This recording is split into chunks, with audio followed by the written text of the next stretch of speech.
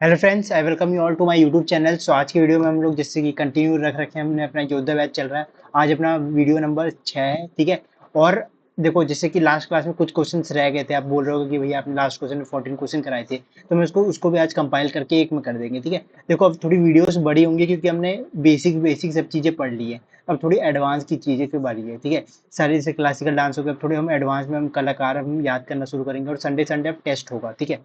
देखो, video start करने से पहले कुछ बातें बता देता हूँ कि जैसे आपने बोला, मेरे को बहुत सारे कमेंट आ रहे थे कि भैया प्लेलिस्ट आपने वो नहीं करी अपडेट, तो मैंने कल रात में प्लेलिस्ट को क्या कर दिया, अपडेट कर दिया है। आप देखोगे यहाँ पे जैसे जीएस के जो भी पार्ट के हैं, ठीक है, और यहाँ पे मैथ्स वाला है, ठीक है। मैंने दोनों को अपडेट कर दिया। जितनी वीडियो देखो, जो ज्योमेट्री वाला पार्ट था उसमें अपलोड हो गया है, ठीक है। अब हम मैथ्स में भी नया टॉपिक शुरू करते रहे होंगे।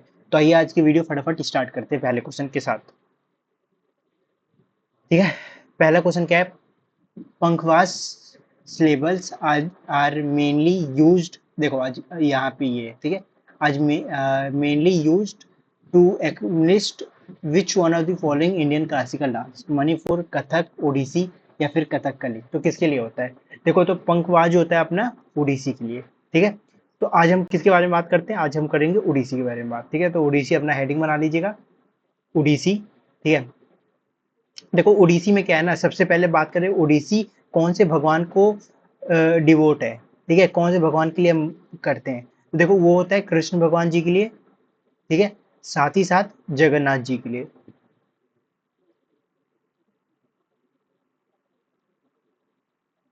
ठीक है, जगन्नाथ जी के लिए, ठीक है।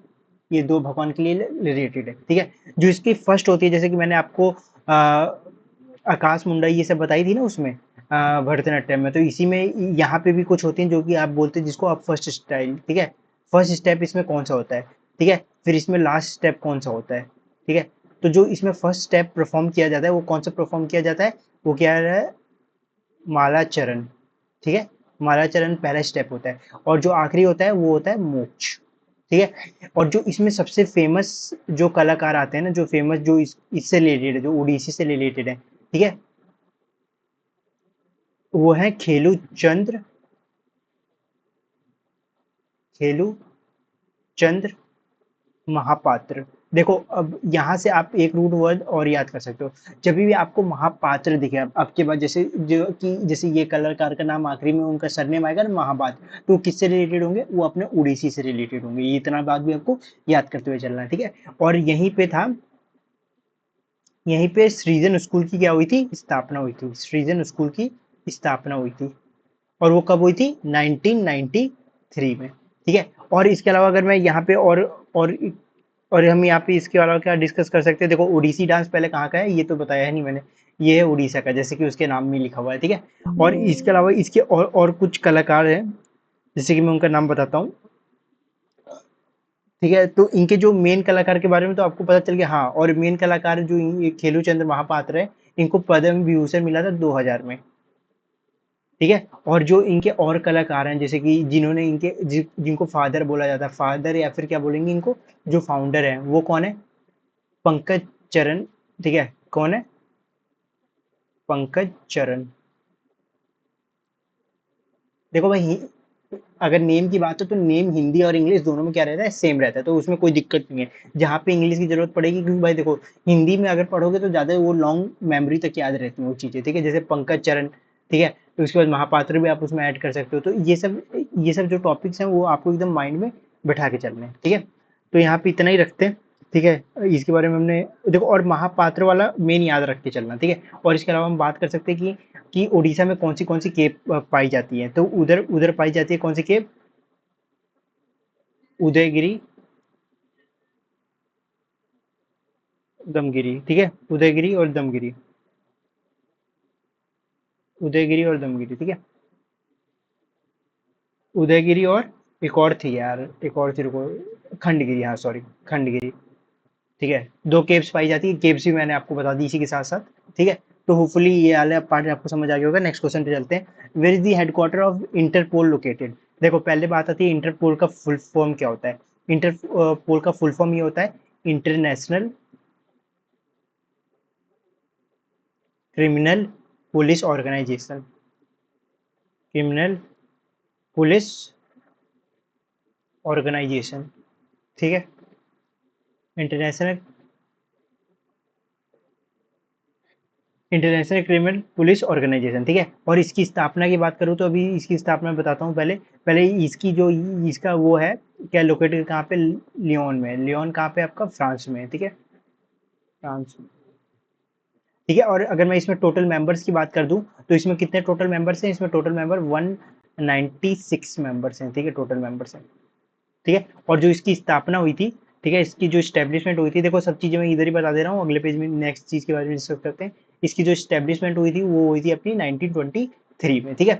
और देखो मेन अब बात आती है कि इंटरपोल मेन होता किस लिए, इसकी वर्किंग क्यों है। इसकी वर्किंग इसलिए है ना कि देखो जैसे कोई भी, जैसे वर्ल्ड ओवर, ठीक है, वर्ल्ड ओवर अगर कोई भी पुलिस को नीड होगी ना, उनकी हेल्प की जरूरत होगी किसी को पकड़ने के लिए, तो वहां पे यही लोग काम आएंगे। और अगर मैं आपसे क्वेश्चन पूछूं क्या कोई इंडियन मेंबर भी इसमें आ सकता है, तो बिल्कुल आ सकता है, क्योंकि देखो ये वर्ल्ड वाइड के लिए बनाया गया है, ठीक है। ये नहीं कि ग्लोबल एक किसी पर्पस के लिए बनाया गया, नहीं, ये वर्ल्ड वाइड के लिए बनाया गया। मतलब इसमें जो भी लोग हैं सारे लोग आकर एक साथ यहाँ पे क्या कर सकते हैं, पार्ट ले सकते हैं, ठीक है। इसके अलावा बात करते हैं कि WTO, वर्ल्ड ट्रेड ऑर्गेनाइजेशन, ठीक है, इसकी स्टैब्लिशमेंट कब हुई थी, वर्ल्ड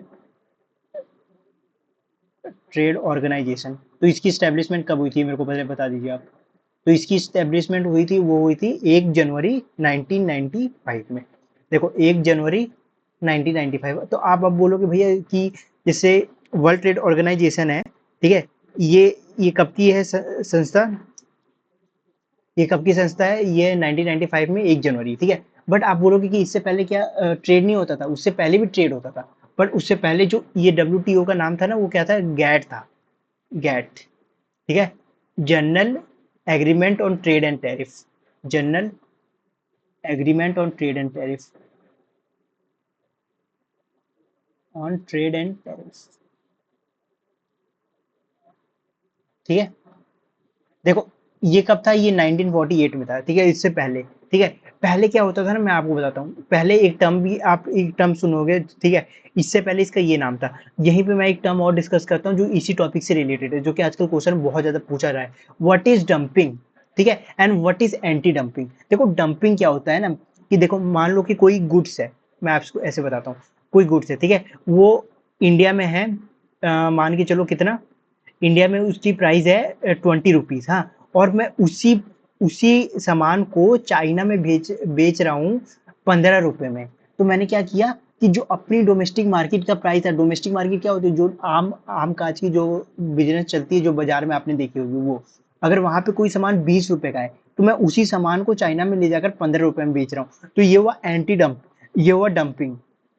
डंपिंग क्यों होता है, डंपिंग इसलिए होता है कि आप किसी की कोई मार्केट को क्या कर सको, कैप्चर कर सको। आप उनकी जब एक बार मार्केट को कैप्चर कर लोगे, तो आपका सामान उधर भी बहुत ज्यादा प्रोड्यूस होगा, उसके अलावा आप टैरिफ लगा दोगे, उसके अलावा GST लगेगी, तो आप उसके बाद क्या होगा, इजिली वहां पे उसकी मार्केट कैप्चर करके अपने सामान को इजिली वहां पे क्या कर सकते हो, सेल कर सकते हैं, ठीक है। बस होपफुली इतना तो क्लियर होगा ना, ठीक है। कि और एंटी डंपिंग इसी को रोकने के लिए क्या लगाया जाता है, कि ट्रेड एंड टैरिफ लगाया जाता है। एंटी मतलब होता है क्या, रुकाव, बचाओ किसी चीज से। और बचाव कब होगा, जब एंटी डंपिंग लगेगी वहां पे, ठीक है। एंटी डंपिंग कब होगा, जब उस चीज का क्या करना पड़ेगा, बचाव करना पड़ेगा, ठीक है। तो होपफुली ये आप क्लियर हो गया होगा। नेक्स्ट क्वेश्चन देखो, ये है WTO का हेडक्वार्टर, ठीक है। अच्छा मैंने हेडक्वार्टर तो बताया ही नहीं इसका, ठीक है। हेडक्वार्टर इसका कहाँ पे, जिनेवा में, स्विट्जरलैंड, ठीक है, जिनेवा में इसका हेडक्वार्टर, ये देख सकते हैं आप इधर पर, ठीक है। नेक्स्ट क्वेश्चन है कि थर्ड क्वेश्चन ये है कि पेन चेंज कर लें, Raslila symbolise which classical dance based on the spiritual end. देखो मैंने अब कुछ राधा एंड कृष्ण, मैंने ये क्वेश्चन आपको पाठ में पढ़ाया था, जब मैंने एक डांस के बारे में आपको पढ़ाया था। अब याद कीजिए कि राधा कृष्ण की प्रेम कहानी मैंने कौन से, the love of Radha Krishna, the love of Radha Krishna की प्रेम कहानी कौन से पोएम में पढ़ाया था, बिल्कुल सही जवाब, मणिपुर में बनाया था। अब देखो अब चीजें रिपीट होंगी थोड़ी थोड़ी करके, ठीक है, आपको वो देखते हुए चलना है। तो इसमें हम कर लेते हैं, पहले फोक डांस याद कर लेते हैं, ठीक है, कि इसमें फोक डांस कर लेते हैं आज, चलो कुछ फोक डांस कर लेते हैं। सबसे पहले मैं बात कर लूँ, अगर असम की बात करते हैं आज, असम से आप क्या कर सकते हो, कैसे याद रखोगे इसका ट्रिक ये याद रख लेते हैं कि आज शाम, क्या, आज शाम, ठीक है। तो आज शाम को मैंने क्या किया, खेल गोपाल और करी गोपाल की पूजा रखी है, खेल गोपाल और कली गोपाल कौन है? अपने कृष्ण भगवान जी का ही नाम है, ठीक है। खेल गोपाल और कली गोपाल, ठीक है, ये वहीं के हैं, ठीक है। बगरुम्बा, बगरुम्बा क्या होता है कि जब आप शाम को आओगे कली गोपाल और खेल गोपाल की पूजा में, तो बगरुम्बा बहू को भी लेकर आना, ठीक है। और यहाँ पे ये डांस हो जाएंगे, ठीक है। ये कहाँ के हो गए? अपने असम के डांस हो गए। क्लियर है इतना? क्योंकि देखो असम की क्या रहता है कि डांस याद रखने में थोड़ा वो होता है, पर हम थोड़े थोड़े करके करेंगे, ठीक है। बंगरू और यहाँ पे आप एक और याद रख सकते हो, झूमरा, ठीक है। कि अगर आप आना चाहते हो तो झुमरा पहन के भी आ सकते हो, ठीक है। अब नेक्स्ट हम याद कर लेते हैं किसके? असम के तो हो गए। और गोवा के याद कर रहे थे। देखो गोवा क्या रहता है? बीच पे रहता है, तो बीच में तो ठीक है। हम क्या करते हैं जब जाते तो बोलते कि खोल, ठीक है, ढकनी खोल, ठीक है। ढकनी खोल मतलब क्या? कि जो दारू की बोतल है उसकी ढकनी खोलो अब, है ना, ऐसे ही बोलते हैं ना। और यहाँ पे होता है सनबर्न। सनबर्न मतलब क्या? कि यार भाई वहां पे बहुत ज्यादा गर्मी होती है, ठीक है। तो उससे आपकी स्किन क्या पड़ने लग जाती है? काली काली पड़ने लग जाती है। क्यों? क्योंकि वहां पे सूरज बहुत तेज जो है। हाँ, जैसे कि अब अभी के टाइम पे हम देखें तो प्रेजेंटली कितनी ज्यादा गर्मी पड़ रही है, तो क्या हो रहा है? सन बन हो रहा है, ठीक है। और फिर यहाँ पे क्या लगता है? घोड़ी भी याद रख सकते हैं हम लोग यहाँ पे, एक घोड़ी सा है, ठीक है। और भी है यहाँ पे, ठीक। पर अभी इतना याद करके आप चलोगे, ठीक है। थोड़ा थोड़ा करके याद करेंगे, बाकी सारा याद हो जाएगा अपने आप। फिर नेक्स्ट करते हैं, which one of the following has written the book Unbreakable. देखो अब ये मैंने बुक आपको पहले भी कराई है, ठीक है। तो आपको अब इसका जवाब खुद देना है। मैंने इसलिए रखा है कि मेरे को और बुक्स को कवर कराना था, इसीलिए मैंने ये क्वेश्चन रखा, ठीक है। वो थी मैरी कॉम, माई लाइफ, इनकी ये बुक है, ठीक है। इंदिरा कॉम, माई लाइफ, ठीक है। और पीवी सिंधु को settling to the top, Saina Mirza की ए सेकंड और ये इतने सब बुक आपको याद रख के चलनी है। अब नेक्स्ट बुक की बातें कर लेते हैं आज कुछ, ठीक है। कौन सा कर ले ये वाला लेते हैं, ठीक है। आप मेरे को बता दीजिए कि विक्रम सेठ की कौन सी है? विक्रम सेठ की कौन सी है? ठीक है। आप एक मेरे को मोदी जी की बता दीजिए, ठीक है। आप मेरे को एक गांधी जी की बुक बता दीजिए, ठीक है। और आप मेरे को एक अमीश त्रिपाठी की बता दीजिए बुक। देखो ये सब नाम मैंने इसलिए जानबूझ के साइड में रखे हैं, ठीक है। अमीश, आ, और एक बुक थी यार, उनको हाँ काकी महादेव की बता दीजिए एक मेरे को बुक, ठीक है। महादेव की बुक बता दीजिए। चलिए इतना ही रखते हैं, ठीक है। पहले इतनी बुक्स की बात कर लेते हैं आज पहले, क्योंकि फिर एक बार में ज़्यादा हो जाएगा, लोड आ जाएगा ना। हाँ, तो इसकी क्या होगी? इनकी कौन सी थी? बेगम सेठ की इनकी थी brave heart of India, brave heart of India. तो देखो इनकी आप बुक कैसे याद कर रहे हो? देखो जो विक्रम बर्दा थे वो अपने देश के लिए पूरी तरह से कुर्बान थे, तो ब्रेव हार्ट ऑफ इंडिया उन्हीं का तो हो सकता था। तो विक्रम सेठ को आप विक्रम बर्दा से भी याद कर सकते हो, ठीक है। और मोदी जी कौन सी थी? नए भारत, नई भारत, ठीक है। गांधी जी की कौन सी थी? देखो my experiment with truth, my experiment with truth, ठीक है। नेचुरल क्योर, एक और बुक लिख लीजिए आप इधर ही, नेचुरल क्योर, ठीक है। अमरीश त्रिपाठी की थी Sita the warrior of Sita the warrior of Mithila, ठीक है। दी वॉरियर ऑफ मिथिला, यहाँ पे आप ये बुक याद कर सकते हो, ठीक है। काकी जादू की थी ब्रेकिंग बैरियर, ठीक है। ब्रेकिंग ब्रेकिंग बैरियर, ठीक है। होपफुली राइटिंग तो आपको समझ आती होगी यार, ठीक है। थोड़ा सा एडजस्ट कर लीजिएगा, मैं बोलता हूँ ना उसको आप लिख लेना, ठीक है। इस पेन से थोड़ी राइटिंग नहीं मिलती यार, ठीक है। ब्रेकिंग बैरियर, ये इनकी बुक हो गई, ठीक। नेक्स्ट क्वेश्चन पे आते हैं, out of the following four fundamental rights select one available to the citizen of India and foreigners. इनमें से जैसे अभी जितने हैं उनमें से कोई एक आर्टिकल ऐसा है जो कि Indian citizens as well as foreign citizen दोनों के लिए अवेलेबल होगा। अच्छा पहले मैं अगर यहाँ पे बात करूँ कि हमने हमने इंडियन सिटीजन के आर्टिकल पढ़ रखे थे कि जो ओनली इंडियन सिटीजन क्या होंगे? परमिट किए जाएंगे। कौन से थे? आर्टिकल नंबर 15 था, 16 था, 19 था, ठीक है, 21 था और 29 था, ठीक है। इतने आर्टिकल किसके लिए थे? सिर्फ इंडियन सिटीजन के लिए थे। तो देखो article number 15 there is no discrimination, ये था बिल्कुल, ठीक है। इक्वालिटी ये भी था, ठीक है। 29 भी था जैसे मैंने अभी बताया, पर 26 नहीं था। फ्रीडम ऑफ रिलीजन ये दोनों फॉलो कर सकते हैं, चाहे वो इंडियन हो चाहे वो फॉरेनर हो, ठीक है। तो होपफुली ये आपको क्लियर हो गया होगा। इसमें इतना ही रखते हैं, और इसमें क्या है, कुछ और डिस्कस कर सकते हैं? नहीं, इसी वाले में रहने देते हैं, ठीक है। Of the following constitution, India has the provision for legal enforcement of the fundamental rights, कौन से में? तो वो है आर्टिकल नंबर 32 में। आज 32 आर्टिकल नंबर की बात कर लेते हैं, ठीक है। सबसे देखो आर्टिकल नंबर 32 क्या होती है, वो होती है रेट्स, जो कि कौन जारी करता है, सुप्रीम कोर्ट जारी करता है। पर आर्टिकल नंबर अगर मैं 226 की बात करूँ तो वो कौन जारी करता है, वो करता है अपना हाई कोर्ट करता है। कौन करता है, वो हाई कोर्ट जब रेट्स जारी करेगा तो वो आर्टिकल नंबर 32 करेगा। इसमें कौन सा रहता है, पहले रहता है हैर्पेस कॉर्पस, मैंडेमस,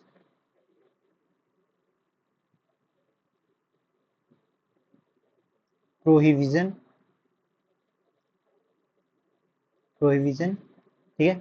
हार्पेस कॉर्पस, मैंडेमस हो गया, प्रोहिबिजन हो गया, ठीक है। क्यू वोरेंटो, क्यू वोरेंटो और सिट्रीस, ठीक है। तो ये 5 रीट्स होते हैं जो कि सुप्रीम कोर्ट लागू करता है, ठीक है। सबसे पहले क्या है, कौन सी रहती है, सबसे पहले रहता है कि habeas corpus, to have the body, ठीक है, टू हैव अ बॉडी। देखो कभी भी आप जैसे कोई भी मुजरिम को पकड़ते हो, ठीक है, तो उसकी body with in 24 hours court के अंदर पहुंच जानी चाहिए, ठीक है। और इसके अंदर जो भी ट्रेवलिंग टाइम होगा ना, वो क्या होगा, काउंट नहीं किया जाएगा, ठीक है। मैंडेमस होता है कि कमांड करना, उस चीज को कमांड देना। प्रोहिबिजन में होता है कि टू फॉरगिव, अगर अगर उन्होंने कोई भी जुर्म नहीं किया है तो उसको छोड़ देना है। क्यू वारंटो मतलब कि why you have arrested this person, ठीक है। क्यू से ऐसे ही याद रखो, क्यों किया तुमने अरेस्ट, ठीक है। इसका मतलब होता है सेटिस्फाइड, ठीक है। समझ गया ना, होपफुली ये रीड्स भी आपको क्लियर हो गई होंगी। नेक्स्ट क्वेश्चन पे चलते हैं। How many schedules are there in our constitution as on June 2023, ठीक है। कौन से हैं, तो वो है टोटल 12, ठीक है। कितने हैं टोटल, पेन चेंज कर देता हूँ, वो है टोटल 12। देखो अब बात करते हैं, फ्रेश फ्रेश चीजें हैं यहाँ से। भी हमें शेड्यूल के बारे में पढ़ना है, किसके बारे में पढ़ना है, हमें शेड्यूल्स के बारे में पढ़ना है, शेड्यूल्स ऑफ इंडियन कॉन्स्टिट्यूशन, ठीक है। तो इसकी मतलब गिनी चुनाई ट्रिक है भाई, ठीक है। वही चीजें आपको भी याद रखनी है। मैं यहाँ लिख देता हूँ, देखो टीयर्स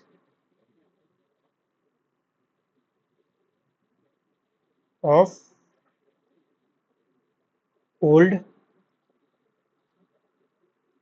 पी, और यहाँ पे एम लिख देता हूँ, ठीक है। एम लिख देता हूँ यहाँ पे ये, ठीक है। तो ये कुछ कितने हो गए, 1 2 3 4 5 6 7 8 9 10 11 12, ठीक है। तो ये हो गए। देखो अब यहाँ से स्टार्ट करना शुरू करते हैं। पहले पहले बात आती है टीयर से क्या होता है। देखो इसमें कौन सी आती है कि जैसे मैंने बताया था ना, आपका यूनियन टेरिटरी सबसे पहले आती है, यूनियन टेरिटरी, ठीक है। यूटीज हो गया, या फिर आपकी टेरिटरी से भी याद कर रहे हो, एमुनेशन, एमुलेशन, एमुलेशन मतलब होता है कि सैलरीज, यहाँ पे सैलरी भी लिख सकते हो। ए से यहाँ पे होता है आपका ओथ, ठीक है। आर से क्या होगा, राज्यसभा। अगर राज्यसभा की आर्टिकल की बात करूँ तो आर्टिकल नंबर 80 81 में लोकसभा और लोकसभा दोनों है, ठीक है, वहाँ पे, ठीक है। यहाँ पे होगा कि यहाँ पे ऑफिशियल लैंग्वेज हो गया शेड्यूल ट्राइब्स, ट्राइब्स, इधर अदर्स वाली हैं, ठीक है। एफ से है और यहाँ से ऑफिशियल लैंग्वेज, ऑफिशियल लैंग्वेज, कुछ छूट रह गया, रुको एक सेकंड रुको। देखो शेड्यूल वाला हो गया, ऑफिशियल लैंग्वेज वाला हो गया, ओ इधर ओ से था अदर शेड्यूल, हाँ अदर शेड्यूल वाला था इधर तो। राज्यसभा, लोकसभा, फॉरेन, ठीक है ठीक है ठीक है ठीक है, यहाँ पे हो गया ना। चलो यहाँ डिसक्वालिफिकेशन ऑफ राज्यसभा मेंबर्स हो गए यहाँ पे। डिसक्वालिफिकेशन देखो, रुको रुको अभी मैं बता देता हूँ, ठीक है। डिसक्वालिफिकेशन ऑफ राज्यसभा मेंबर्स, ठीक है। इसमें आएगा पंचायत अपनी, पंचायत होगी, ठीक है। और इसमें आएगी म्यूनसिपैलिटी, म्यूनसिपैलिटीज को 74 कॉन्स्टिट्यूशन अमेंडमेंट एक्ट 1992 से जोड़ा गया था। और जो अपनी पंचायत थी इनको कौन से जोड़ा गया था, 73 कॉन्स्टिट्यूशन अमेंडमेंट एक्ट 1992 से। देखो ये 73 और 74 दोनों की क्या थी, अलग अलग पार्ट थी, ठीक है। और इसके अलावा कौन सी शेड्यूल, अदर शेड्यूल्स हो गया। और यहाँ पे आएगी अपनी ऑफिशियल लैंग्वेज, यहाँ पे आएगी अपनी ऑफिशियल लैंग्वेज। और एल से आएगी आपकी लैंड रिफॉर्म्स हो गई जो, ठीक है, हो गए ना पूरे फॉर्म्स ऑफ। देखो अब हम बात कर लेते हैं कि ऑफिशियल लैंग्वेज कौन सी होती है। देखो अब ये आएगी और अदर शेड्यूल के बारे में कुछ बातें कर लेंगे। देखो ऑफिशियल लैंग्वेज में कौन सी चीजें आएंगी। ऑफिशियल लैंग्वेज, तो ऑफिशियल लैंग्वेज अगर मैं प्रेजेंट में बात करूँ तो प्रेजेंट में 22 है, बट ऐसे अगर ऑफिशियल की बात करोगे तो अब 14 है। ठीक है, जिसमें से अगर मैं 21 कॉन्स्टिट्यूशन अमेंडमेंट एक्ट 1960 से अगर कुछ बातें करूँ तो यहाँ पे, ठीक है, 1961 वन, ठीक है, तो वो कौन सी थी, वो थी सिद्धि। ठीक है, अगर इसमें मैं बात करूँ 90 सॉरी 71 कॉन्स्टिट्यूशन अमेंडमेंट एक्ट 1992, तो इसमें कौन सी जुड़ी गई थी, अपनी कोंकणी जुड़ी गई थी। ठीक है, मणिपुरी और मैथिली, मैथिली को क्या किया गया था, जोड़ा गया था। ठीक है, फिर आएगा अपना 92 कॉन्स्टिट्यूशन अमेंडमेंट एक्ट 2003, हाँ 2003। तो इसमें कौन सा इसमें आया था अपना, ऐसे इसको आप याद रख सकते हो, BDSW। ठीक है, BD, तो इसमें कौन सी थी, बोडो, डोंगरी,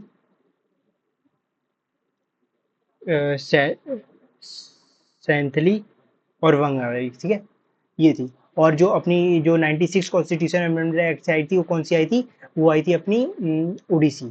ठीक है, उड़ीसी आई थी। ठीक है, तो होपफुली इतनी आपको बातें क्लियर हो गई होंगी। प्रेजेंट में कितनी है, अगर मैं प्रेजेंट की बात करूँ तो 22 है, और ऑफिशियल्स की बात करूँ तो वो है 14। ठीक है, और अगर मैं देखो अदर शेड्यूल के बारे में, जैसे मैंने आपको बोला, अदर शेड्यूल कौन सी होगी, अदर शेड्यूल में कौन से आ गए, वो आ गए, एक आ गया आपका असम, एक आ गया आपका त्रिपुरा और मणिपुर, बोडो अपनी वही की है ट्राइब। ठीक है, इतना याद रखना, मणिपुर और मेघालय। ठीक है, ये अलग अलग ट्राइब्स आ गए वहां पे। नेक्स्ट क्वेश्चन पे आते हैं, all exogenous process drives their energy from, किससे करती हैं। ठीक है, within the earth, sun, wind और रोटेशन ऑफ द अर्थ। देखो यहाँ पे बहुत बच्चे गलती के करेंगे, वो लोग करेंगे विंड, पर विंड नहीं है भाई, उसका होगा सन। ठीक है, क्यों होगा अब मैं बताता हूँ आपको। देखो जब भी रोटेशन ऑफ अर्थ आएगा, ठीक है, रोटेशन ऑफ अर्थ और ट्राइड का आएगा, ठीक है, तो वो दो तरीके से होंगे। ठीक है, एक होता है अपना प्रोसेस एंडोजेनिक, एंडोजेनिक प्रोसेस, और एक होता है एक्सोजेनिक प्रोसेस, एक्सोजेनिक प्रोसेस। देखो एंडोजेनिक प्रोसेस में तीन तरीके से और कैटेगराइज होता है, एक होता है ऑर्गेनिक प्रोसेस, ठीक है, एक होता है इनऑर्गेनिक प्रोसेस, और एक होता है वोल्केनिज्म। ठीक है, ठीक है, ऑर्गेनिक प्रोसेस वो होता है ना कि जब भी आपका मूवमेंट देखने को मिलेगा बिल्डिंग्स पे, ठीक है, जब भी मूवमेंट देखने को मिलेगा बिल्डिंग्स पे, movements related to earthquake building बोल सकते हो, या फिर नॉर्मली आप बिल्डिंग्स बोल सकते हो। ठीक है, और जब भी आपको अपलिफ्ट देखने को मिले, अपलिफ्ट, तो उसको बोलेंगे क्या, इनऑर्गेनिक वाला। ठीक है, अपलिफ्ट को। ठीक है, और वोल्केनिज्म तो आपको पता ही है कि जब भी जैसे दो कन्वर्जन प्लेट आपस में आकर टकराएंगी तो उसको वोल्केनिज्म बोलते हैं। पर जो एक्सोजेनिक प्रोसेस होता है ना, वो क्या होता है भाई, सिंपली वो नेचुरल थिंग्स में होता है, जैसे कि आपका सन हो गया, विंड हो गया। ठीक है, इन्हीं सब से जो चीजें फॉर्म्स होती है ना, उसको क्या बोलते हैं हम लोग, एक्सोजेनिक प्रोसेस बोलते हैं। और एंडोजेनिक तो आप समझ गए कि वो तीन फॉर्म में कैटेगराइज है, ये रोटेशन के लिए यूज होते हैं। ठीक है, यहाँ पे आप पढ़ भी सकते हो एंडोजेनिक फोर्स क्या होता है, जो कि स्लो मोशन, सडन मोशन है, वहाँ पे अब फिजिकल और केमिकल और बायोलॉजिकल चेंजेस जो भी होंगे उसके थ्रू एक्सोजेनिक प्रोसेस होगा आपका। ठीक है, नेक्स्ट क्वेश्चन पे आते हैं, क्वेश्चन नंबर 9।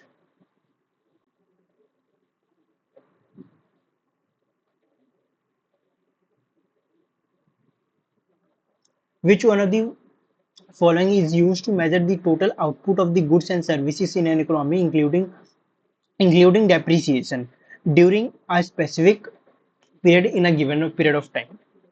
उसने क्या बोला कि कौन सा इसमें से ऐसा एक टर्म है जो कि यूज होगा जब वहां पे डेप्रिसिएशन भी यूज, जब डेप्रिसिएशन इंक्लूड हो। कभी मेरी बात ध्यान से देखना, अगर उसने बोल दिया ना कभी भी पेपर में, जैसे आपको अभी पता नहीं, जैसे मान को आपको इसमें से कुछ भी नहीं पता, पर मैं आपको बता दूं दो ऑप्शन आप कैसे एलिमिनेट कराओगे। जब भी आपको बोले कि include depreciation, include depreciation, include depreciation का मतलब क्या होता है कि डेप्रिसिएशन उसने इंक्लूड कर रखा है। ठीक है, कभी भी डेप्रिसिएशन इंक्लूड करेगा तो वहां पे एन नहीं आएगा, हमेशा ये बात याद रखना। तो इस केस में एन आएगा नहीं आएगा, इस केस में एन आएगा नहीं आएगा, तो ये दो ऑप्शन क्या हो गए, ऑटोमेटिकली हट गए। तो उसका क्या होता है, ग्रॉस डोमेस्टिक प्रोडक्ट होता है, जिसमें इंक्लूड होता है क्या, अपना डेप्रीसिएशन भी। ठीक है, अब बात कर लेते हैं कुछ और टर्म्स पे, जैसे कि एक आता है आपका एनडीपी। ठीक है, और यहाँ पे आपका जीडीपी रहेगा। ठीक है, जब भी जीडीपी के अंदर आप दो चीजें करते हो, हाँ, मतलब मान के चलो क्या आपने किया यहाँ पे, आपने मैच किया factor income to abroad, factor income to abroad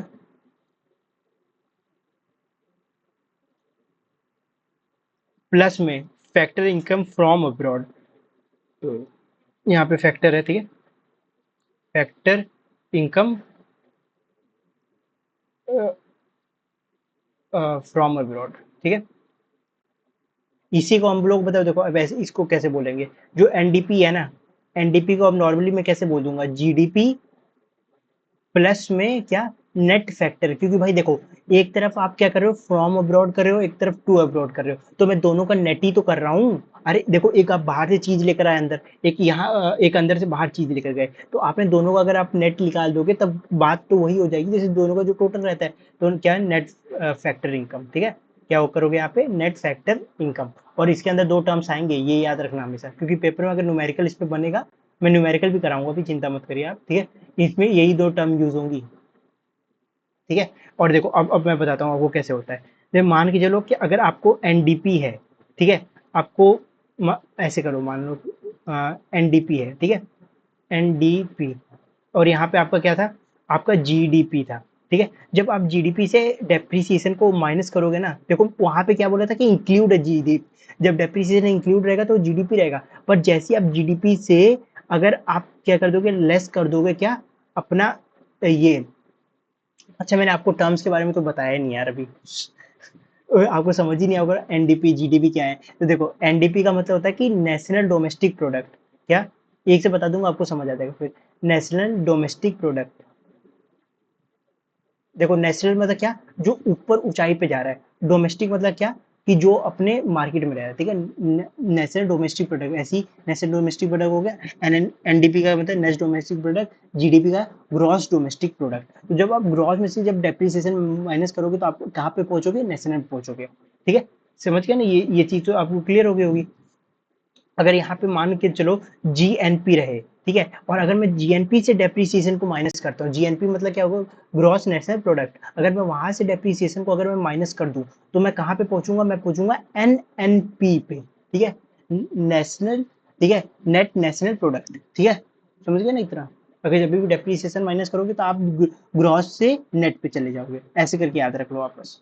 ठीक है, ग्रॉस क्या रहता है, टोटल रहता है, टोटल हर चीज का बहुत बड़ा टोटल है। उसमें से अगर अगर मैं टोटल में देखूँ तो टोटल में डेप्रिसिएशन ऐड होगा। पर अगर मैं टोटल से नेट पे आता हूँ, ऐसे आप नेट करके याद कर लो ना, कि अगर जैसे आपके पास एक बहुत ज्यादा क्वांटिटी है, मतलब इतने आपके आइसक्रीम के पैक है, अगर आइसक्रीम का पूरा पैक है तो क्या हुआ, ग्रॉस हुआ है ना। ग्रॉस में से अगर मैं कोई एक हिस्सा को अगर निकाल लूँ तो वो मेरा क्या बनेगा, नेट बनेगा। ठीक है, आप इस तरीके से इसको, इस फॉर्म को याद रख लो, तो आपको बिल्कुल दिक्कत नहीं होगी समझने में, इसको रटने की भी जरूरत नहीं पड़ेगी भाई। नेक्स्ट आते हैं मैथ्स दी फॉलोइंग है। कस्तूरा कस्तूरबा बाई, ठीक है, बालिका विद्या स्कीम कब स्टार्ट हुई थी, मिड डे मील स्कीम कब स्टार्ट हुई थी, नेशनल, ठीक है, काउंसिल कब स्टार्ट हुई थी, Indian national council for technical education कब स्टार्ट हुई थी। ठीक है, तो क्या हुई थी, जो कस्तूराबाई गांधी बालिका विद्यान, ये आपका कब शुरू हुई थी, 2004 में स्टार्ट हुई थी। ठीक है, और जो आपके मिड डे मील थी वो 1994 में स्टार्ट हुई थी। 1994 में नहीं स्टार्ट हुई थी मिड डे मील, हाँ ये आपकी स्टार्ट हुई थी 1995 में। Sorry sorry sorry. और नेशनल एक्सीडेशन असेसमेंट और काउंसिल, ये आपकी हुई थी ए में 1994 में। और all India council for technical education, ये आपकी हुई थी 1945 में। तो कौन सा हो जाएगा, B, B D, B D A C, B D A C, मतलब आपका ऑप्शन नंबर ए ही करेक्ट हो जाएगा। ठीक है, तो इतने डेट्स आपको याद रख लेना है कि अभी इनका कब हुआ था, जब मैं ये सामने लिख दूं तो इनका हुआ था 1995 में। ठीक है, मिड डे आपका तो समझ गए कि जब जब वो था हमें खाने को नहीं मिला, तो 1995।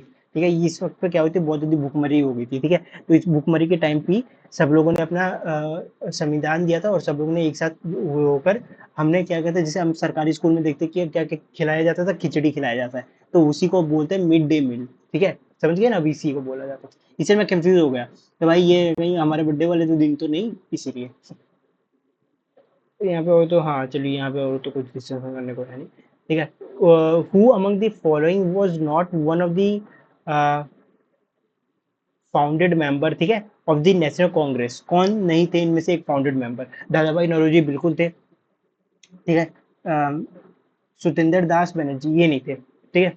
सुतेंद्र दास बनर्जी ये नहीं थे, तो यही आ जाएगा करेक्ट आंसर, क्योंकि ये नहीं थे, ठीक है। बलुद्दीन तैयब जी ये थे, ये पहले मुस्लिम थे जो उनमें बने थे, ठीक है। फिरोज शाह मेहता ये भी थे, ठीक है।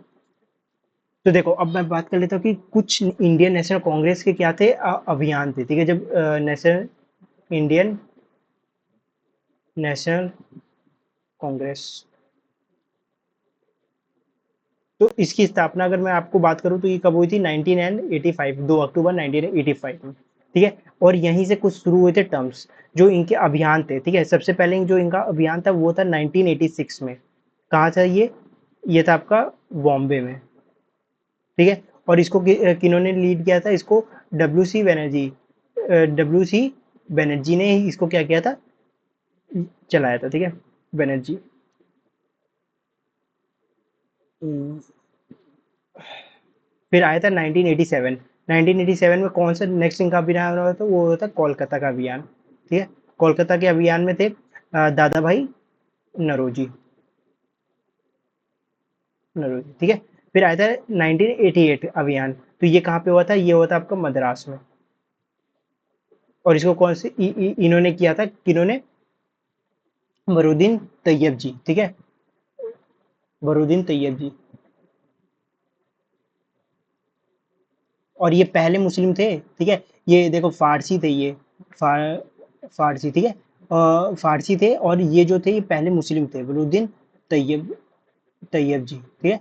ये कौन थे? पहले मुस्लिम थे, ठीक।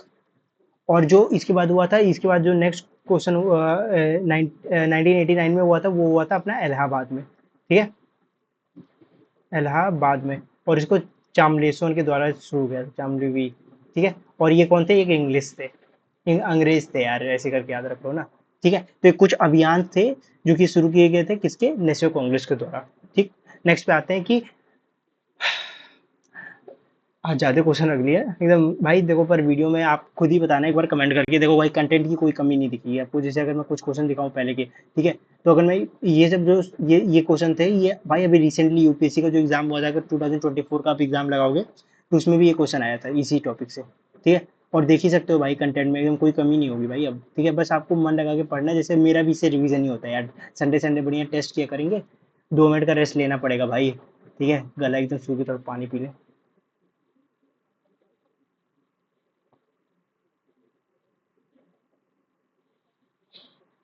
नेक्स्ट क्वेश्चन क्या है? Right the following event in chronological order and choose the correct answer using the code. जो नीचे कोड दे रखा है उस हिसाब से आपको सेलेक्ट करना है। Black hole incidents, battle of Buxar, death of the, देखो मुजीफर, ठीक है, यहाँ पे लिख रखा है उसका, मुजीफर, ठीक है, उनकी मृत्यु और ट्रीटी ऑफ इलाहाबाद। तो देखो इनका कब हुआ था? अब मैं बात करूँ, स्टार्टिंग से करते हैं बात, ठीक है। तो जो ब्लैक होल का इंसिडेंस था ये कब हुआ था आपका? 1956 से लेकर 57 में, ठीक है। और ये पर्टिकुलर इंसिडेंट 20 जून 1957 में हुआ था, ठीक है। तो ये तो फर्स्ट पे आ जाएगा। देखो अब आप कैसे पेपर में करोगे, आपको कैसे करना है? आपको किस में फर्स्ट नहीं दिख रहा है? देखो इसमें फर्स्ट है, ठीक है, इसमें फर्स्ट है, इसमें फर्स्ट है, पर इसमें फर्स्ट नहीं है, तो आपको पहला एलिमिनेशन कर देना है। मतलब मान के चलो आपको इतना। और बैटल ऑफ बक्सर ऑलमोस्ट सभी को पता रहता है कि ये हुआ है आपका 1964 में, ठीक है। ये ऑलमोस्ट सभी को पता रहता है। तो अगर आपको इतना भी पता है कि ये फर्स्ट है ये सेकंड है, तो सेकंड आपको किस किस में दिख रहा है? इसमें, इसमें है, इस इन दोनों में नहीं है, तो दो ऑप्शन ऐसे ही कटे हो गए 1964 में। और डेथ ऑफ मुजीफर ये कब हुआ था? ये हुआ था 14 फेब को। और 14 फेब को हम लोग हमेशा वैलेंटाइन डे के दिन को याद रख के नहीं चलेंगे, हमेशा ये याद रखना, ठीक है। हम इसको ब्लैक डे के तौर पे आपसे मनाएंगे, ठीक है, ब्लैक डे। क्योंकि इसी में अपना पुलवामा में जो अपने जवान शहीद हो गए थे, 40 जवान शहीद हुए थे पुलवामा अटैक में, तो इसको हम ब्लैक डे के तौर पे, ठीक है, जानते हैं, ठीक है। और ट्रीटी ऑफ इलाहाबाद कब हुआ था? ये उसी साल हुआ, देखो ये 1965 में, और ये हुआ था आपका 5 जून 1965। तो क्या हो जाएगा? देखो सीक्वेंस में ही लगा हुआ है, 1 2 3 4, 1 2 3 4, ऑप्शन नंबर ए करेक्ट हो गया।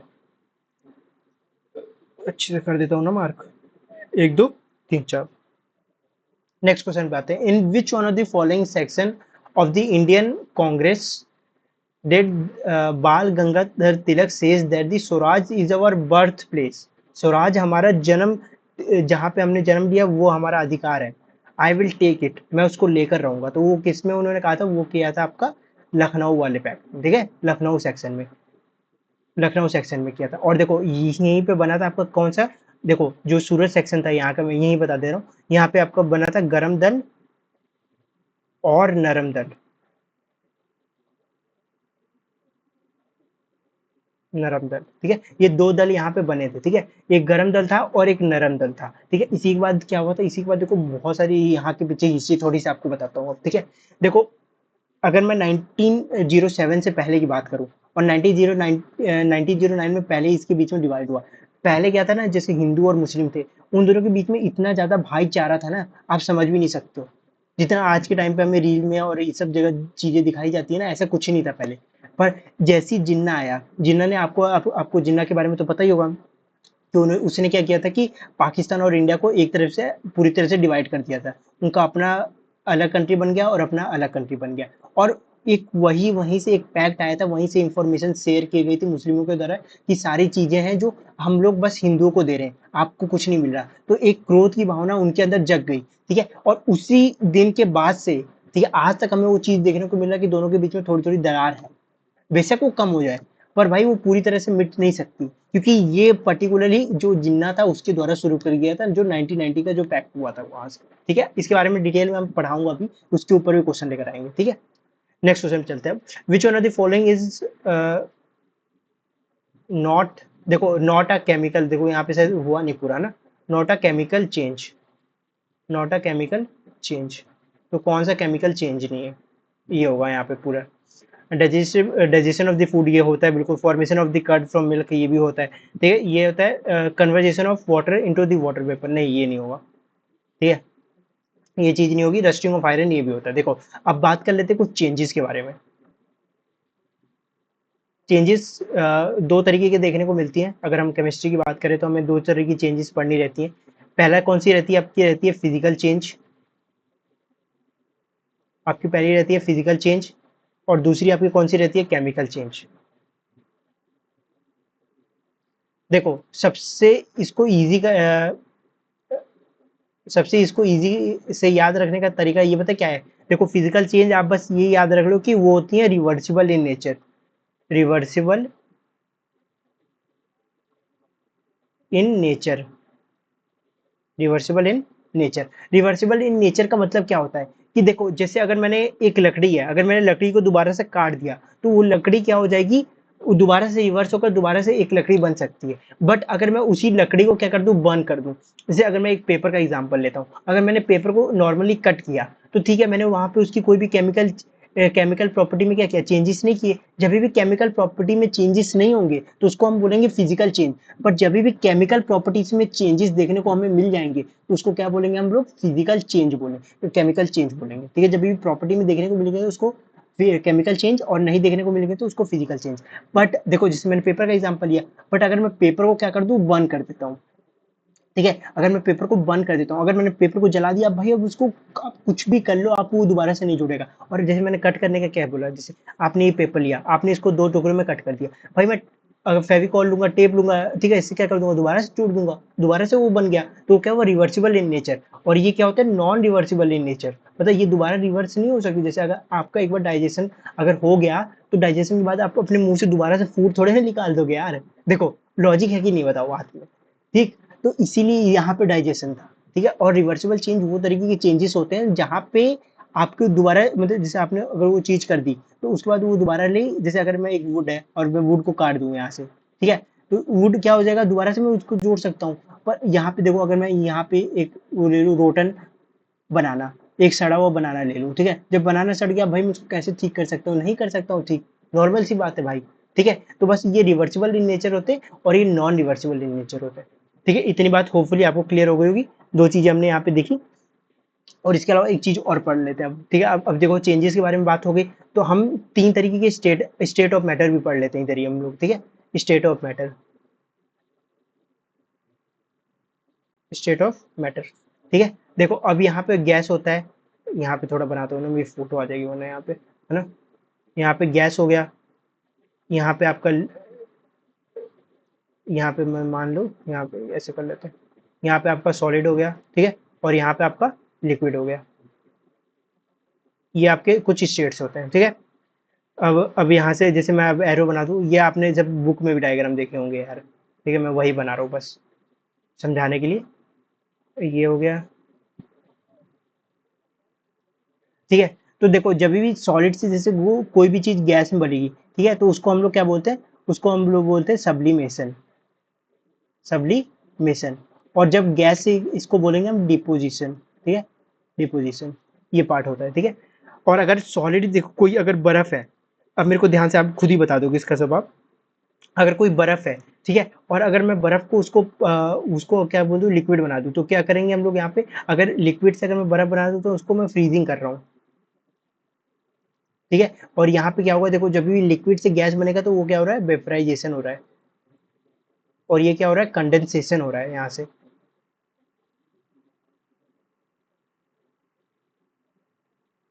ठीक है।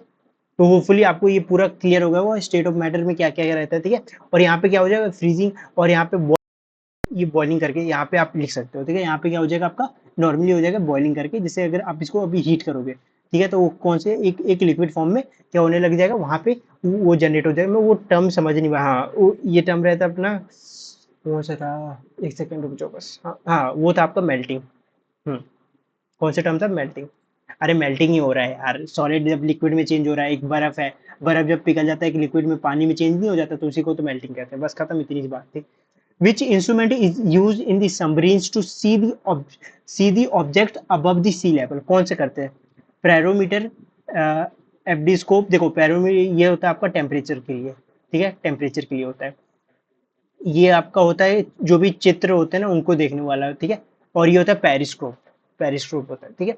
ऑडोमीटर जो कि आपकी जो वो यार, जो आपकी कार की जो स्पीड है, ठीक है, उसको उसको करने के लिए होता है, ठीक है। अब देखो मैं यहाँ पे दो तीन चीजें बातें कर लेता हूँ। जैसे अगर मैं बात करूँ कि सोनार सिस्टम क्या होता है, सोनार, सोनार सिस्टम क्या होता है, देखो कभी भी आपने देखा होगा ना कि अगर ये एक बोट है, एक जो बड़ी बड़ी वो मशीन्स हो, सबमरीन्स होती हैं, तो उन्हें कैसे ये पता चलता है कि जैसे नदी इतनी गहरी है, ठीक है, उसके ऊपर ये तैर रही है। अगर यहाँ पे कोई भी एक ऑब्जेक्ट होगा, मान लो कि चलो यहाँ पे इतना बड़ा पत्थर है, तो उसकी चीज उससे कैसे वहां से ये सोनिक रेस छोड़ेगी, और वहीं से ये रेस यहाँ तक क्या होगी, उसके पास लौट के आएगी और आपको बताएगी कि यहाँ पे ये है, ठीक है, समझ गया ना। अरे यार ये ठीक है, कि जैसे एक प्रॉपर साउंड वेव से नीचे जाएंगी और वही ऊपर होकर आएंगी, ठीक है। सिमिलरली जो बैट होते हैं ना, बैट क्या कर, बैट बैट अरे वो चमगादड़, ठीक है, तो वो अल्ट्रासोनिक रेव्स यूज करते हैं। अल्ट्रासोनिक रेज कैसे यूज करते हैं कि देखो उन्हें बेसिकली दिखेगा नहीं ये बैट हुआ, कौन सा बैट हुआ, पर है बैट, ठीक है, ये बैट हुआ। अगर इसे कोई भी कुछ भी पकड़ना आप, ठीक है, तो वो अपने आंखों का प्रयोग नहीं करेगा, वो देखेगा कि यहाँ पे कोई इंसेक्ट है, ठीक है, वो क्या करेगा, यहाँ पे इसके सोनिक वेव्स आई और उसको पता चल जाएगा कि वो इतनी दूर पे है, तो उस हिसाब से अपनी फ्रीक्वेंसी चेंज करेगा, उस हिसाब से अपनी स्पीड और क्या करेगा, रिड्यूस करेगा। तो sonar system been used by in the ships as well as the ultrasonic waves that are being used by the bats to see their or identify the objects that can easily been captured by them without using their eyes, ठीक है, यहाँ पे ये terms use हो जाएगा। Next आएगा the outer most layer of the skin of human. देखो outer skin कौन सी होती है, एपिडर्मिस होती है। सेकंड स्किन अपने एंडोडर्मिस होती है, ये सेकंड स्किन हम पाई जाती है यहाँ पे। जैसे अगर ये एक लेयर हो गई, ये एपिडर्मिस हो गई, उसके सेकंड जो लेयर पाई जाएगी वो कौन सी पाई जाएगी, अपनी एंडोडर्मिस, ठीक है। How many medals India wins in the 2024 para Olympics, 15, 25, 35 या 29, तो वो 29 पाई गई थी, जिसमें से 7 गोल्ड थे, 9 सिल्वर थे, और 13 अपने ब्रॉन्ज थे, ठीक है। और अगर मैं पैरा ओलंपिक्स की बात करूँ तो इसकी स्टार्टिंग कब हुई थी, इसकी स्टार्टिंग 1960 में हुई थी रोम से, ठीक है। और जो पहले थे श्रीमनजीत कौर, ठीक है, उन्होंने स्विमिंग में जीता था 1972 में आई थिंक, ठीक है, डेट आप क्लियर कर लीजिएगा, 1972 में जीती थी वो, ठीक है। तो होपफुली आज की वीडियो आपको अच्छी लगी होगी, कमेंट में एक बार जरूर बताइएगा, ठीक है। चलिए देखो काफी बड़ी वीडियो हो गई ना यार आज की, और 2 क्वेश्चन रह गए थे ना, उसी को मैंने कवर आउट किया, ठीक है। चलो ठीक है फिर, जय हिंद, जय भारत, वंदे मातरम।